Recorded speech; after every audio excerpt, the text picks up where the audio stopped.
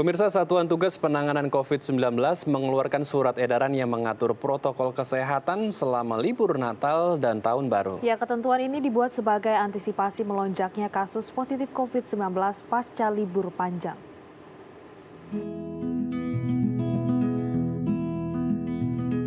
Satuan Tugas Penanganan COVID-19 mengeluarkan surat edaran yang mengatur protokol kesehatan selama libur Natal dan Tahun Baru bagi para pelaku perjalanan di dalam maupun di luar negeri. Ketentuan ini merupakan upaya dalam penanggulangan penularan COVID-19, melihat dari pengalaman sebelumnya di mana kasus positif COVID-19 melonjak pasca libur panjang. Ketentuan yang tertulis dalam Surat Edaran Nomor 3 Tahun 2020 yang berlaku sejak 19 Desember 2020 hingga 8 Januari 2021 ini berisi kewajiban menjalankan protokol kesehatan bagi pelaku perjalanan dengan 3 poin utama. Poin pertama, setiap individu yang melakukan perjalanan wajib menerapkan dan mematuhi protokol kesehatan 3M, yaitu memakai masker, mencuci tangan, menjaga jarak, dan menghindari kerumunan. Kedua, adanya pengetatan protokol kesehatan sepanjang perjalanan, seperti penggunaan masker harus dilakukan dengan benar, yakni menutupi hidung dan mulut, serta menggunakan 3 lapis masker atau masker medis. Dan ketiga, pelaku perjalanan harus mengikuti sejumlah ketentuan, di antaranya bertanggung jawab menjaga kesehatan masing-masing, untuk memasuki wilayah tertentu harus melakukan tes cepat antigen yang berlaku paling lama 3 kali 24 jam. Namun, anak berusia di bawah 12 tahun tidak diwajibkan melakukan tes usap PCR atau tes cepat antigen sebagai syarat perjalanan. Ketentuan tersebut juga berlaku bagi perjalanan internasional selama libur Natal dan Tahun Baru. Para pelaku perjalanan dari luar negeri menuju Indonesia juga harus melakukan hal yang sama. Sementara itu, Letkol Laut M. Arifin, Komandan Lapangan RSDC Wisma Atlet, mengimbau masyarakat agar berhati-hati dan tetap waspada terhadap penularan virus corona jika ingin berlibur. Terbatasnya jumlah hunian yang tersedia di RSDC Wisma Atlet tidak akan bisa mengimbangi lonjakan kasus positif yang bisa terjadi jika masyarakat abai dalam menerapkan protokol kesehatan. Kita harus menyayangi keluarga kita, di mana tidak semua orang bisa tahan dengan COVID-19 ini, dan jangan sekali-kali meremehkan. Ya, jangan sekali-kali meremehkan, ini wabah belum selesai, jangan hanya karena liburan pengen ke sana ke sini hanya sehari, 2 hari, 3 hari, dan berkumpul-kumpul dengan orang-orang yang kita tidak tahu kejelasannya mereka adalah positif atau negatif. Itu yang membahayakan. Jadi jangan sampai liburan membawa bencana. Jadi nanti setelah pasca pandemi atau pasca sudah dilakukan suntik vaksinasi, ya mungkin sudah aman untuk liburan, ya silakan. Pasti ada waktunya nanti. Christine Hutapea, Tim Liputan DAI TV. Ya, untuk mengetahui seperti apa kebijakan baru dalam menghadapi libur Natal dan Tahun Baru, saat ini kita sudah terhubung dengan Pak Trubus Rahandiansyah selaku pengamat kebijakan publik. Selamat pagi Pak Trubus, apa kabar Pak? Selamat pagi Mas, sehat selalu, mantul. Sehat selalu. Mantap. Pak Trubus, ini topik kita hari ini sangat menarik sekali. Kalau kita berkaca dari beberapa liburan sebelumnya, itu setelah libur panjang peningkatan kasus COVID-19 melonjak sangat tinggi, bahkan menyentuh 8.000 kasus per 1 hari.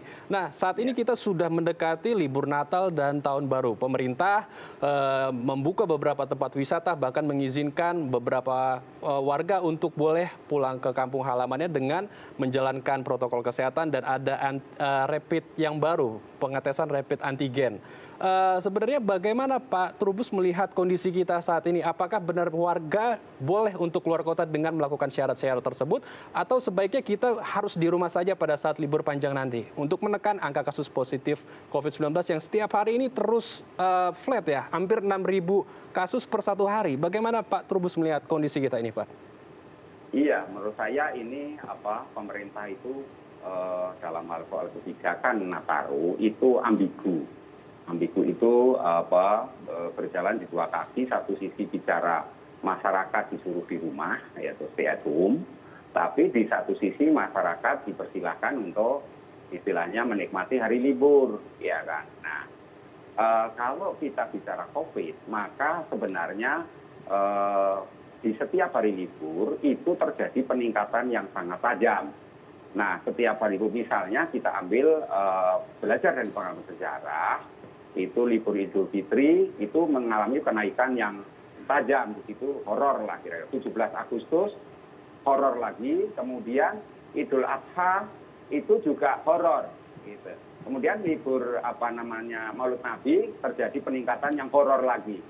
Nah, harusnya tanggal 9 kemarin juga libur lagi dalam rangka pilkada.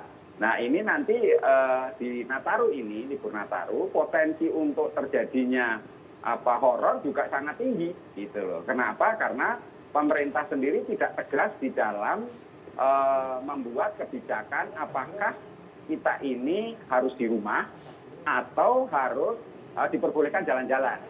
Itu persoalannya. Karena itu kalau kita lihat pada aturan yang keluar atau kebijakan yang regulasinya, yang bersifat regulatif, itu kan menuju pada surat edaran gugus tugas COVID nomor 3 itu berlaku sejak tanggal 18. Tetapi itu mewajibkan semua pakai tes antigen dalam hal perjalanan. Tetapi Kementerian Perhubungan mengeluarkan surat edaran nomor 22 itu baru diperbolehkan jalan pada tanggal ini sekitar 22 Desember. Jadi diperbolehkan istilahnya jalan. Nah, ini kemudian masyarakat itu dihadapkan oleh situasi sebenarnya kita itu menganut yang mana? Itu mengikuti yang surat edaran gugus tugas COVID atau mengikuti surat edaran daripada Kementerian Perhubungan. Nah, disinilah kemudian kita bisa melihat bagaimana pemerintah di dalam menyusun atau merancang sebuah kebijakan itu terlihat terburu-buru, ya kurang partisipasi publik minim gitu ya, kemudian juga cenderung dipaksakan gitu. Karena dipaksakan maka kebijakannya antara dua hal ini, antara dua surat edaran ini menjadi di masyarakat itu persepsinya jadi beragam gitu. Dan inilah menurut saya persoalan muncul karena kedua surat edaran ini pada akhirnya mau tidak mau diimplementasikan di daerah. Karena Karena masyarakat kita itu ada di kewenangan di pemerintah daerah. Nah, karena itu menurut saya memang ini liburan Nataru, ini pemerintah daerah juga dihadapkan oleh situasi yang membingungkan gitu ya. Apakah harus mengikuti dengan adanya kebijakan tes antigen itu atau tidak? Maka kita lihat awalnya kebijakan antigen ini, tes itu sendiri hanya membatasi di DKI Jakarta. Tetapi kemudian diperluas di Bali, Jakarta dan Bali. Kemudian belakangan mengikuti daerah istimewa Yogyakarta. Nah, kalau kita lihat dari Jakarta sendiri, itu keluar surat edaran, bukan surat edaran, surat instruksi gubernur nomor 64, ya. Kemudian ada lagi seruan gubernur, Pergub nomor 17. Itu mengendalikan supaya masyarakat di rumah. Intinya itu. Jadi nggak boleh kemana-mana. Karena itu jelas di sini dalam bahasanya itu disebut pengetatan terukur dan terkendali bahasanya itu. Jadi PTT, pengetatan terukur dan terkendali, bukan PSBB, ya, bukan PSBB. Tetapi anehnya DKI Jakarta sekarang malah memperpanjang PSBB transisi. Kalau memperpanjang PSBB transisi berarti seluruh aktivitas itu masih berjalan normal. Kalau bahasanya itu new normal, ya, new normal. Nah, semua sektor dibuka. Tetapi kemudian dengan adanya instruksi gubernur nomor 64 itu dan surat seruan gubernur Pergub itu nomor 17 itu menyebabkan masyarakat dilarang untuk bepergian. Itu bahkan sampai keluar instruksi juga terhadap ASN, Pemprov DKI untuk tidak boleh pergi kemana-mana. Artinya tetap di rumah. Nah, ini menjadi bingung lagi karena Karena tempat-tempat wisata pun membuka, tetap berjalan normal, ya kan, dengan pokoknya itu mengacu pada prokes, penegakan protokol kesehatan. Begitu Mas kondisinya. Oke, Pak Trubus, tapi kalau kita lihat sendiri dari kebijakan secara general itu pemerintah telah mengurangi jatah cuti atau libur Natal Tahun Baru tahun ini karena juga di tengah pandemi COVID-19.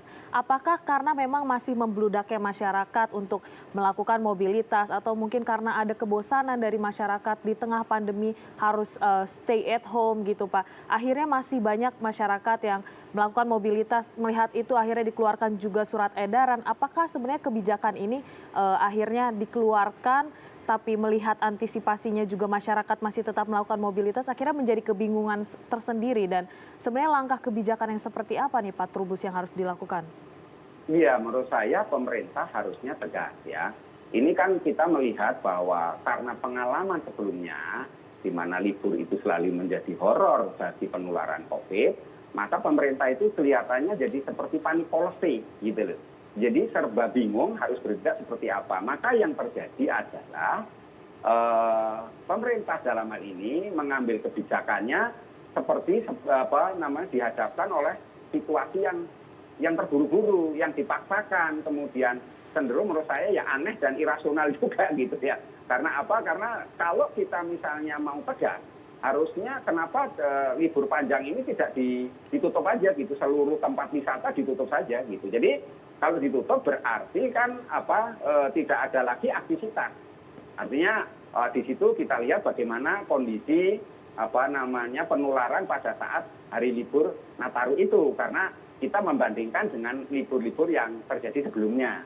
Nah, tapi itu yang terjadi, pemerintah kan tetap membuka libur, ya kan, membolehkan libur, sehingga ini yang diimplementasi di lapangan itu bingung masyarakat itu, dan banyak kan masyarakat yang sudah merencanakan untuk berpergian pun akhirnya banyak yang membatalkan, banyak juga yang menunda, dan akibatnya juga pelaku-pelaku usaha di bidang perhotelan misalnya PHRI, melalui PHRI itu juga mengatakan harus melakukan refund yang begitu banyak kepada tiket-tiket yang harus ini, dan ini banyak hal yang kemudian menurut saya menjadi kebijakan itu dipersepsikan oleh masyarakat dan para pelaku usaha di dalamnya itu menjadi sangat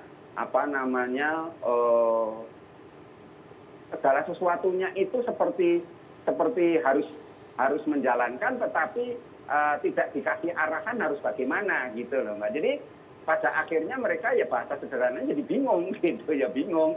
Nah, karena itu kalau kita bicara mengenai pengendalian COVID itu sendiri, kan kita sebenarnya kalau kita konteksnya mengendalikan, ini kan harus juga diingat bahwa di dalam Kepres nomor 11 tahun 2020, itu kan situasi kita namanya kedaruratan kesehatan. Ada lagi Kepres nomor 12 tahun 2020. Penetapan COVID sebagai bencana nasional alam. Maka situasi yang terjadi sekarang adalah darurat, pandemik, ya kan, wabah, dan dalam situasi yang disebut extraordinary. Nah, kalau ini yang harus ditekankan, maka semua kebijakan harusnya mengacu pada persoalan public health. Artinya kita fokus menyelesaikan soal public health dulu. Persoalan COVID kita selesaikan, kemudian baru persoalan ekonominya. Baik. Tapi ini pemerintah ini enggak, dua-duanya jalan. Nah, kalau jalan memang ujung-ujungnya sulit seperti ini. Yang kita terima adalah COVID menaik terus tinggi, ekonomi juga dalam kondisi terseok-seok, artinya sekarang resesi ekonomi kita, pertumbuhan ekonomi kuartal yang kedua minus 5%, dan sekarang ada minus lagi di kuartal yang ketiga ini kan kita menjadi situasi yang istilahnya strum undrang, topan badai. Baik, Pak Trubus. Mau bagaimana ke depannya gitu. Baik, sebenarnya mana yang harus didahulukan, pemulihan ekonomi nasionalkah atau pemulihan kesehatan nasional? Kita akan berbincang mengenai itu, tapi usai jeda ya Pak Trubus. Ya. Baik, pemirsa, kami akan kembali sesaat lagi. Untuk itu tetaplah bersama kami di Halo Indonesia.